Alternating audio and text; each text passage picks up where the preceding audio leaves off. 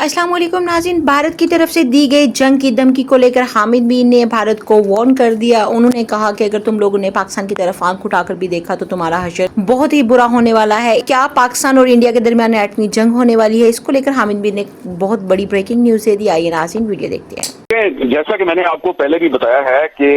यहाँ पर जो पहलगाम का इलाका है ये लाइन ऑफ कंट्रोल से बहुत दूर है। तो यहाँ पर अगर जो टूरिस्ट हैं वो एक बहुत ही बुलंद बाला पहाड़ी मुकाम पर मौजूद थे और वहाँ पर पहले भी हमले होते रहे हैं, तो ये उनको हमलों से बचाना जो है ये वहाँ पे सिक्योरिटी फोर्सेस की जिम्मेदारी थी। लेकिन आप ये देखें कि ये जो टूरिस्ट थे जब उन पर हमला हुआ तो वहां पर कोई ना इंडियन सिक्योरिटी फोर्सेस थी, ना वहां पर जम्मू कश्मीर पुलिस थी, ना कोई और वहां पे लॉ एनफोर्समेंट एजेंसी थी। और फिर इंडियन मीडिया ने झूठ ये बोला कि उन्होंने कहा जी कि जो मिलिटेंट्स थे उन्होंने जो वहां पर टूरिस्ट थे उनसे उनका मजहब पूछ कर उनको कत्ल किया। ये बात इसलिए झूठ है कि वहां पर एक मुकामी मुसलमान जो है वो भी वहां पे शहीद हुआ है और वो भी जो मिलिटेंट्स हैं उनकी फायरिंग का निशाना बना है। तो ये इस तरह के बहुत से झूठ बोले गए हैं। फिर इंडियन मीडिया जो है वो इस हमले की टाइमिंग के हवाले से भी मुख्तलिफ चीजें बता रहा है। इसमें जो सबसे अहम चीज है जिस पर इंडियन मीडिया ने थोड़ी सी बिल्कुल बात की और फिर वो बात गायब हो गई है, वो ये है कि ये जो मिलिटेंट्स थे जो भी थे जहां से भी आए थे, इनके पास M4 अमेरिकन कार्बाइन राइफल्स थी। ये वही M4 अमेरिकन कार्बाइन राइफल्स हैं जो जाफर एक्सप्रेस पर हमले में जो दहशतगर्द थे उन्होंने भी इस्तेमाल की थी। तो इन लोगों के पास भी यही असला था जो कि अफगानिस्तान में अमरीकी छोड़कर गए थे। तो अब ये असला जो है ये पहलगाम में कैसे पहुंचा, उसके जंगल में जो मिलिटेंट्स छुपे हुए हैं उन तक कैसे पहुंचा, ये वो चीजें हैं जो कि जब भी इंडिया की पार्लियामेंट का इजलास होगा तो जब ये इंडिया की तरफ से जो प्रोपेगेंडा किया जा रहा है, पाकिस्तान कार्ड खेला जा रहा है, जब ये थोड़ी सी गर्द बैठेगी तो फिर ये सवाल किए जाएंगे कि जिस तरह पाकिस्तान में भी ये सवाल उठाया गया। लेकिन पाकिस्तान में तो सबको पता है कि ये अफगानिस्तान के रास्ते से M4 कार्बाइन राइफल्स आई हैं। लेकिन ये अगर पहलगाम जो कि लाइन ऑफ कंट्रोल से 400 किलोमीटर दूर है वहां पर भी पहुंच गई है, तो इसका मतलब है कि ये जो पूरी लाइन ऑफ कंट्रोल है यहाँ से तो ये असला जो है ये पहलगाम नहीं पहुंचा, ये असला जो है किसी और रास्ते से वहां पर पहुंचा है। तो ये एक और इंटेलिजेंस फेलियर का और क्रिमिनल नेग्लिजेंस का एक और पहलू है। एक तो पहलू ये हो गया ना जी कि वहां पे आपने टूरिस्टों को सेंसिटाइज नहीं किया और उनको आपने सिक्योरिटी फराहम नहीं की, तो फिर वो जो मिलिटेंट्स वहां पे थे वो जो भी थे उनके पास M4 राइफलें कैसी आई? क्योंकि ये तो खुद वो जो वहां पर टूरिस्ट हैं ये तो उन्होंने बताया और फिर मैंने खुद देखी है कुछ जो फुटेजेस हैं वहां पर हमलावर जो हैं वो नजर तो नहीं आ रहे, लेकिन जो लोग हैं वो बता रहे हैं जी उनके पास कैसा असला था। और इंडियन मीडिया ने भी इसको रिपोर्ट किया कि ये जो मिलिटेंट्स है इनके पास M4 कार्बाइन राइफल्स थी, AK-47 थी। तो इतना भारी असला जो है वो वहां पर कैसे पहुंचा, ये सारे मामला जो हैं ये इशारा करते हैं कि और साबित करते हैं कि जो सिक्योरिटी फोर्सेज हैं इंडिया की वो नाकाम हुई है। देखें मैंने आपको पहले भी बताया, एक और मैं आपको बात बता दूं कि अभी इस वाकये से यानी कि ये वाकया कल हुआ है 22 अप्रैल को, इससे चंद दिन पहले, सिर्फ चंद दिन पहले यही अनंतनाग के मुख्तलिफ इलाकों में टूरिस्टों पर अटैक पहले भी हो चुके हैं। तो जब टूरिस्टों पर अटैक पहले भी हो चुके हैं तो उसके बावजूद ये लोग जो है एक बहुत पहाड़ी मुकाम पर चले गए थे, इनको सिक्योरिटी फराहम क्यों नहीं की गई? और इसीलिए आज जो श्रीनगर समेत मकबूजा जम्मू कश्मीर के जो मुख्तलिफ इलाके हैं वहां पे जो मुकामी लोग हैं उन्हें जो मुजाहरे किए हैं उसमें उन्होंने ये कहा है कि अब जो मोदी सरकार है वो एक तरफ तो पाकिस्तान के खिलाफ नफरत फैला रही है, दूसरी तरफ वो हिंदू मुस्लिम कार्ड खेलकर यहाँ पर भी हमारे खिलाफ भी कोई बहुत ही जारहाना कदम उठाने की तैयारी कर रही है। तो इस पर पूरे मकबूल में एक तशवीश की लहर दौड़ी हुई है। और अब साथ ही साथ जो इंडिया ने ये ऐलानात किए हैं, चीन ताश मुआहदा मुअत्तल कर दिया है और पाकिस्तानी शहरियों के वीजे जो हैं वो कैंसिल कर दिए हैं। तो इससे ऐसा लगता है कि इंडिया जो है वो पूरे खिते को एक जंगी जुनून में मुब्तला करने की कोशिश कर रहा है, क्योंकि उसका एक इंटेलिजेंस फेलियर हुआ है और उसकी सिक्योरिटी फोर्सेज जो है उनकी क्रिमिनल नेग्लिजेंस की वजह से जो मिलिटेंट्स हैं वो बड़ी तादाद में टूरिस्टों को कत्ल करने में कामयाब हुए।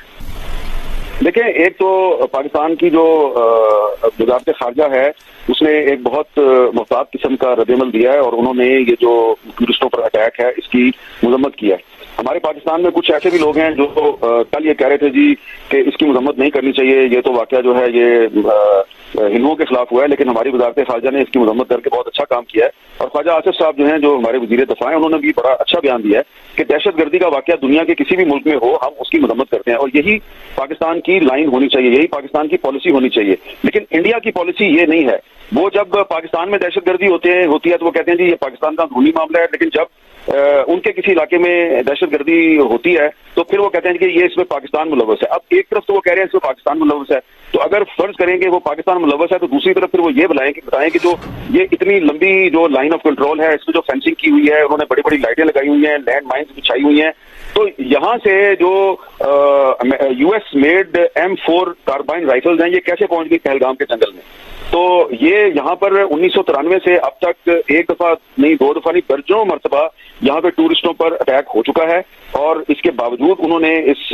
जगह को जो है वो महफूज नहीं बनाया सयाहों के लिए। एक और बात मैं आपको बताऊं कि अभी कुछ अर्सा पहले जो मकबूजा जम्मू कश्मीर की रियासती असम्बली है, उसमें कुछ अदाद-ओ-शुमार पेश किए गए और बड़े फख्र से बताया गया कि जी 2024 में तकरीबन 35 लाख टूरिस्ट जो हैं, उन्होंने मकबूजा रियासत जम्मू कश्मीर